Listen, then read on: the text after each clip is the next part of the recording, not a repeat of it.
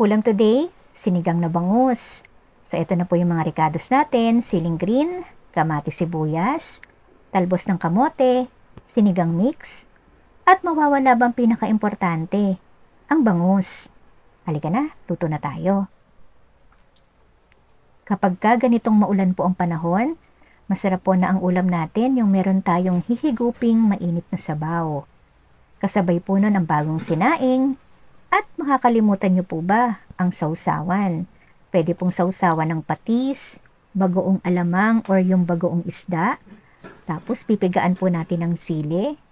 For sure, makakapag-extra rice po kayo. Yung mga ganitong klaseng luto ng ulam, madali lang po dahil wala tayong palambutin.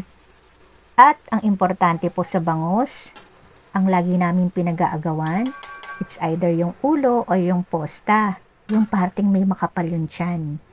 Yun ang talagang pinag-aagawan po namin. So, ito pong ating nilulutong ulam. Once na kumulo po yan, pwede na po nating ilagay ang talbos ng kamote. Nasa sa inyo po yan kung gusto nyong gumamit ng kangkong, spinach, or yung kahit anong klaseng gulay na gusto nyong idagdag pa sa inyong sinigang. Pero wag niyo pong kakalimutan, ang pinaka-pampabango po sa ating sinigang, ang siling green. So, pag nilagay ko na po yung siling green dito, tatakpan ko na po yan, hahayaan kong kumulo. At kapag kumukulo na, pwede na pong iserve at isabay po sa ating mainit na kanin.